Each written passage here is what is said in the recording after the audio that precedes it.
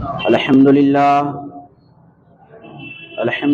رب العالمین والعاقبۃ للمتقین والصلاة والسلام علی رسولہ الکریم اما بعد اعوذ باللہ من الشیطان الرجیم بسم اللہ الرحمن الرحیم قال اللہ تبارک وتعالی فی القرآن المجید والفرقان الحمید واما بنعمت ربک فحدث آمنت باللہ صدق اللہ المولانا العظیم وصدق رسولہ النبی الامین المتین المعین الکریم ونحن علی ذلک لمن الشاہدین والشاکرین والحمد للہ رب العالمین۔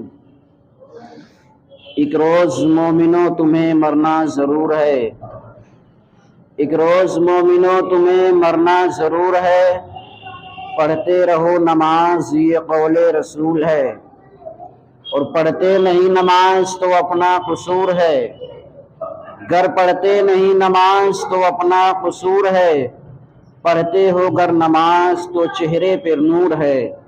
حضرات، خطبہ مسنونہ کے بعد میں نے جس آیت مقدسہ کو پڑھنے کا شرف حاصل کیا، آئیے اس کی تفصیل میں جانے سے پہلے ہم اور آپ مل کر جی لگا کر نبی اور آل نبی پر ایک مرتبہ اپنی غلامی کا ثبوت دیتے ہوئے درود پاک پڑھیں۔ اللہم صلی علی سیدنا و شفیعنا و حبیبنا مولانا محمد مبارک وسلم، صلو علیہ صلاۃ و سلام علیک یا رسول اللہ صلی اللہ تعالی علیہ وسلم۔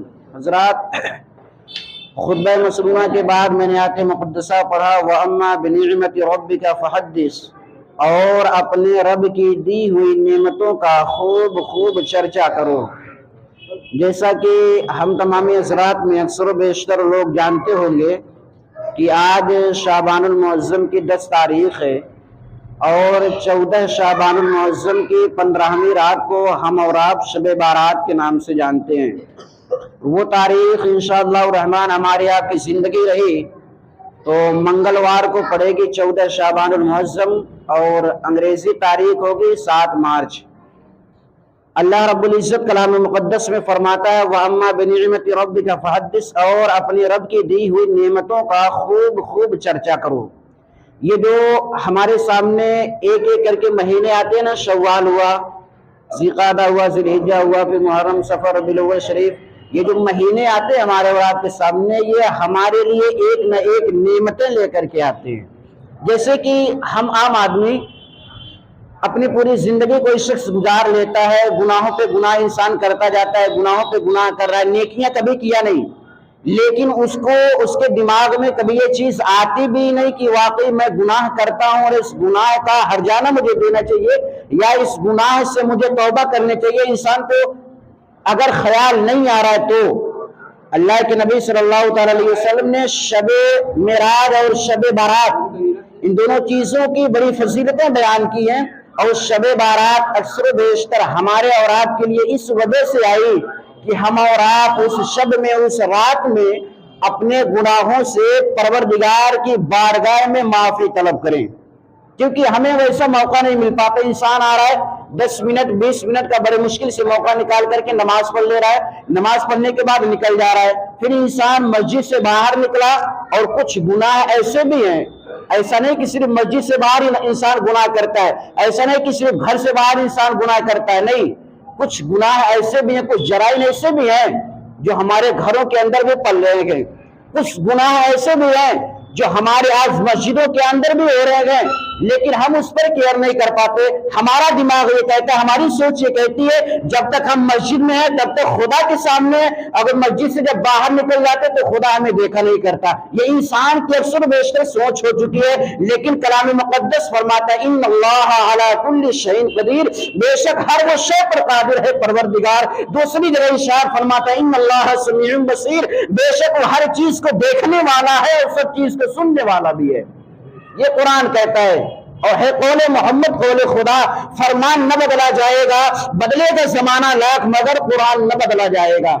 یہ قرآن کبھی نہیں بدل سکتا، یہ ہماری سوچ کہتی ہے لیکن قرآن کچھ اور کہتا ہے۔ ہم یہ سوچتے ہیں مسجد سے ہمارے قدم باہر نکلے ہم گناہ کر دیتے، نہیں، کچھ جرائم، کچھ گناہ ایسے ہیں جو آج مسجدوں کے اندر بھی ہو رہے ہیں، لیکن ہم اس کو فالو نہیں کر پاتے۔ ہم اس کو نظر انداز کر دیتے ہیں، اگنور کر دیا کرتے. نہیں، ایسا نہیں ہونا چاہیے. ہم ایک قدم ایک سانس، ہم اس سانس جو لیتے ہیں نا اس کی اہمیت نہیں سمجھتے. حضور صلی اللہ علیہ وسلم جب قیامت کی نشانیوں میں سے نشانیاں سے بیان کر رہے تھے نا، حضرت ابوبکر صدیق رضی اللہ تعالیٰ عنہ آگے بڑھے. یا رسول اللہ، ایک چھوٹا سا کوشچن ہے، ایک چھوٹا سا سوال ہے. میرے نبی ارشاد فرماتے ابوبکر بتاؤ کیا بات ہے.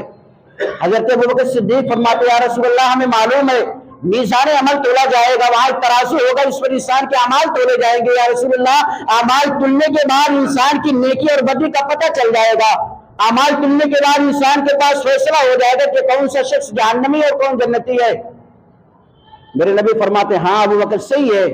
لیکن حضرت ابوبکر نے چھوٹا سا سوال کیا، یا رسول اللہ، اللہ رب العزت نے اتنی ساری نعمتوں سے ہمیں نوازا ہے، اگر ان نعمتوں کا ایک ایک کر کے حساب لینا چاہے یا رسول اللہ تو ہم کس اینگل سے اس کا حساب دیں گے، کس اینگل سے دیں گے. یا رسول اللہ ہمیں آنکھیں دیا، ساری مخلوق کو آنکھیں دی ہے، جو آنکھ کے قابل ہے ہر ایک مخلوق کو آنکھیں دی اللہ رب العزت نے، لیکن ان کی آنکھوں میں ہماری آنکھوں میں فرق ہے، ان کی آنکھوں میں ہماری آنکھوں میں فرق ہے. اور اللہ کے نبی نے فرمایا من ظہر قبری وجبت لہ شفاعتی، ہماری آنکھیں اس قابل ہیں. اللہ کے نبی نے فرمایا جس نے میرے قبر کی زیارت کر لیا، دیکھ لیا، اس پر میری شفاعت واجب ہو جاتی ہے. یہ آنکھ نعمت ہے ہمارے لیے. حضرت ابوبکر فرماتے یا رسول اللہ اگر چھوٹی چھوٹی نعمتوں کا رب حساب لینا چاہے تو کیسے لیا جائے. میرے نبی ارشاد فرماتے ابوبکر اپنی جگہ پر بیٹھ جاؤ. حضرت ابوبکر بیٹھ جاتے ہیں. تمام صحابہ کرام کا مجمع ہے، تمام صحابہ سوچ رہے ہیں اب میرے نبی کیا کہیں گے. میزان عمل تو تولا جائے گا قیامت کے میدان میں، حساب و کتاب ہر شخص کا ہو جائے گا. اللہ تبارک و تعالی فرشتوں کے ذریعے سے نامہ اعمال ہاتھ میں بھی دے دے گا. اب میرے نبی نشان بھی کیا کرنا چاہتے ہیں. میرے نبی ارشاد فرماتے ابو بکر اب غور سے سنو وہاں کیسے کیا کرنا ہوگا. حضرت ابو بکر فرماتے یا رسول اللہ ارشاد فرمایا جائے. میرے نبی ارشاد فرماتے ابو بکر ہمیشہ رب کی بارگاہ میں دعائیں کیا کرو، اللہ تبارک و تعالی تمہارے نامہ اعمال کا حساب نہ لے. اے ابو بکر سنو، جو اللہ رب العزت نے سانس دیا ہے اگر ایک سانس کا حساب لینے پر آ جائے تمہاری پوری زندگی ختم ہو جائے گی، لیکن ایک سانس کا کبھی حساب نہیں دے پاؤ گے. ایک سانس جو لے رہے ہیں نا. میرے نبی نے فرمایا ابو بکر رب کا خوف اپنے دل کے اندر پیدا کرو، ہمیشہ رب کی بارگاہ میں دعائیں کیا کرو اللہ ہمیں بغیر حساب و کتاب جنت میں ڈال دے، بغیر حساب و کتاب فیصلہ کر دے. اے ابو بکر سنو، اگر وہ آ گیا حساب لینے پر اس کی قدرت بڑی ہے، تم حساب نہیں دے پاؤ گے. ایک سانس. رب فرماتے ہیں نا ثم لتسألن یومئذ عن النعیم، جو میں نے نعمتیں دی ہیں انہیں اگنور مت کرنا. قیامت کے میدان میں ہر ایک نعمت کا حساب لوں گا، ہر ایک نعمت. تو یہ جو شب بارات آ رہی ہے نا ہمارے لیے ایک نعمت لے کر کے آ رہی ہے، اپنے اندر جذب کر کے آ رہی ہے. یہ جو شب بارات آئے گی نا تو ہمیں اور آپ کو اس سے فائدہ اٹھانا ہے، لطف اٹھانا ہے اس سے، نہ کہ ایسے جیسے روزانہ ڈیلی کھا کر کے سو کر کے صبح ہو جا رہی ہے اپنے کام میں لگ جا رہے. نہیں، یہ شب بارات ڈیلی نہیں آیا کرتی، شب قدر ہمیشہ نہیں آیا کرتی. شب بارات 1 سال کے بعد آتی ہے، شب قدر 1 سال کے بعد آتی ہے، معراج النبی 1 سال کے بعد آتی ہے، میلاد النبی 1 سال کے بعد آتی ہے. 1 سال کی زندگی جانتے ہیں گزارنا کیا ہوتا ہے؟ 1 سال کی زندگی. وہ شخص جو بڑی سیریس حالت میں مریض کے بیڈ پر لیٹا رہتا ہے نا اس سے پوچھو 1 سال کی زندگی کیا ہوتی ہے. ہم 50 سال 100 سال زندگی گزار لے رہے ہیں، ہم نے زندگی کی اہمیت نہیں سمجھی. لیکن وہ جس کے ناک میں سانس لینے کے لیے نلی لگی ہو اس سے پوچھو 1 منٹ کی زندگی کیا ہوتی ہے، 100 سال کی زندگی کیا ہوتی ہے. زندگی کی اہمیت وہ بتائے گا. لیکن ہمیں اور آپ کو زندگی مل گئی، ہم سوچ رہے 1 سال کے بعد اس چیز کو کرنا ہے، یہ تو دماغ میں رکھا ہے. لیکن یہ ہم نے کبھی نہیں سوچا آج شب بارات کی رات ہے یا شب معراج ہے یا شب قدر ہے، اپنے گناہوں سے توبہ کر لے، جو پچھلے گناہ ہیں اس سے توبہ کرے. آگے جو آنے والا دن ہے اللہ رب العزت کی بارگاہ میں دعا کرے اللہ تبارک و تعالی ہمیں گناہوں سے بچنے کی توفیق عطا فرمائے. یہی ہوتا ہے، اسی لیے یہ معراج آئی، شب بارات آئی، شب قدر آئی. کیوں؟ ہمیں اپنے گناہوں سے معافی طلب کرنے کے لیے کہ میرے بندے تو کام کرنے والا شخص ہے، تیرے پاس اولاد ہے، گھر ہے، باڑی ہے، دنیا کے اندر رہتا ہے، تمام چیزیں تیرے پاس ہے، ساری چیز کی ذمہ داری ہے، لیکن سال بھر میں کم از کم ایک رات وہ نکال لینا، جب میں پورے جلال پر رہوں گا، آسمان دنیا یعنی پہلے آسمان پر نزول فرماؤں گا، اے میرے بندے وہ رات نکال لینا اپنی زندگی میں، کم از کم اس رات میں اپنے گناہوں سے توبہ کر لینا۔ اللہ رب العزت فرماتا ہے قسم ہے مجھے میری ربوبیت کی، جو شخص اس وقت ہاتھ اٹھائے گا پچھلے گناہ بھی معاف کروں گا، آگے گناہ سے بچنے کی توفیق بھی دے دوں گا۔ شب بارات اس وجہ سے آتی ہے، ہماری زندگی میں آ رہی ہے، چار دن کے بعد آ رہی ہے، تو اس کو اس اینگل سے نہیں گزار دینا ہے جیسے ہمیشہ کی رات گزارتے، نہیں، اس کو ایک اہم موقع سمجھنا ہے، کیونکہ پھر سال بھر کے بعد جب زندگی میں تو 4 دن کا دن باقی ہے، 4 دن میں نہ جانے کس کی موت لکھی ہے کس کی زندگی لکھی ہے، اور ہم اور آپ شب بارات کی رات میں جو سوتے ہیں تو ہمارے دونوں کندھوں پر کرامن کاتبین جیسے فرشتے موجود ہیں، وہ ہمارے اعمال کو لکھتے ہیں، اللہ رب العزت ہمارے اعمال کو لکھتے ہیں نا، تو ہماری زندگی میں کیا چیز لکھا ہوا ہے، جو چیز انسان کہتا نہیں، انسان نہیں کہتا بلکہ حقیقت ہے، قسمت میں جو لکھا ہوا ہوتا ہے نا وہی ہوتا ہے، ہماری تقدیر میں جو چیز لکھی ہے وہی ہوتی ہے۔ اگر ایک چھوٹا سا سوال کیا جائے، بتاؤ کوئی ایسی چیز ہے جو انسان کی قسمت بدل سکتی ہے؟ انسان کہے گا ہاں اپنا کیریکٹر یا اپنی فطرت یا اپنا کارنامہ، نہیں، ہم فطرت جو کرتے ہیں اپنا کیریکٹر نبھاتے ہیں اور اپنے اینگل سے نبھاتے ہیں، ہماری سوچ ہے، ایک ایسی چیز ہے جو ہماری تقدیر کو بدل سکتی ہے، دنیا کی کوئی شے نہیں جو ہماری قسمت کو بدل دے، ایک ایسی چیز ہے جو انسان کی تقدیر کو قسمت کو بدل دیتی ہے۔ اب انسان سوچے گا کیا چیز ہے جو انسان کی قسمت بدل دیتی ہے؟ نہیں، سنو، قسمت انسان کی جو ہوتی ہے نا، تقدیر میں جو لکھا ہوتا ہے انسان کے ساتھ وہی ہوتا ہے، لیکن قسمت بھی ایک اینگل سے بدلی جا سکتی ہے۔ ایک اینگل ایسا ہوتا ہے، ہم جب اپنی پچھلی زندگی کے بارے میں سوچتے ہیں تو ہم یہ سوچتے ہیں ہم نے بڑا گناہ کیا ہے، آگے آنے والی زندگی کے بارے میں سوچتے ہیں تو سوچتے ہیں نہ جانے ہم سے کتنے گناہ ہوں گے۔ انسان کا جب کبھی تنہائی میں بیٹھتا ہے نا، تنہائی میں، تو انسان کو اپنی ماضی، حال، مستقبل یعنی گزرا ہوا، موجودہ اور جو آنے والا ہے، تینوں چیز انسان کے سامنے آتے ہیں کہ ہم نے پچھلی زندگی کیسے گزاری، آگے کی زندگی کیسے گزارنی ہے اور سامنے زندگی کیسے گزرتی ہے۔ اب انسان وہاں اپنے ہاتھوں کو اٹھاتا ہے، جب انسان ہاتھ اٹھاتا ہے تو کیا کرتا ہے؟ یا تو پچھلی زندگی میں جو گناہ ہوئے اس سے معافی کے لیے اٹھائے گا، یا تو موجودہ حال میں جو اس کی سچویشن چل رہی ہے، حالات چل رہی ہے، اس کے لیے ہاتھ اٹھائے گا، یا تو مستقبل میں جو آنے والا دن ہے اس کے لیے ہاتھ اٹھائے گا۔ اللہ رب العزت فرماتا ہے میرے بندے، میں نے جو تیری قسمت میں لکھ دیا اسے ہونا ہے، لیکن ایک چیز ایسی ہے جو تیری قسمت کو بدل سکتی ہے، تیری تقدیر کو پلٹ سکتی ہے۔ ہم نے رب کی بارگاہ میں عریضہ پیش کیا، اے میرے مولا وہ کون سی چیز ہے؟ رب العزت فرماتا ہے سن، اگر تجھے اپنے گناہوں پر نادم ہو گیا تو تجھے احساس ہے ہم نے گناہ کیا ہے، تجھے احساس ہے ہمیں تنگ دستی ستا رہی ہے، تجھے احساس ہے میری موجودہ حال پریشانی میں چل رہی ہے، تجھے احساس ہے میرے آنے والے مستقبل میں پریشانی آنے والی ہے، اے میرے بندے سن، اپنے ہاتھوں کو اٹھا لے، میری بارگاہ میں دعا کر، میں وہ ہوں، میں نے تقدیر میں لکھ دیا ہے، جب تو دعا کرے گا تیری دعا کو قبول کر کے تیرے گناہوں کو بھی مٹا دوں گا، موجودہ حالات کو بھی صحیح کر دوں گا، آنے والے مستقبل کو بھی صحیح کر دوں گا۔ دعا ہوتی ہے انسان کی، دعا یہ انسان کی تقدیر کو بدل دیتی ہے، لیکن ہم نے اسے کبھی اہم سمجھا ہی نہیں۔ ہم نے نماز پڑھ لی ہے، نماز پڑھ کے اپنا کرش ٹائپ کیے، مسجد سے باہر نکل گئے۔ اللہ کے نبی فرماتے ہیں الصلاۃ مغز الدعا، نماز ہے نا، نماز یہ صلاۃ کا مغز ہے۔ مونگ پھلی ہر ایک شخص جانتا ہوگا، مونگ پھلی میں اوپر چھلکا ہوتا ہے، اندر دانا ہوتا ہے۔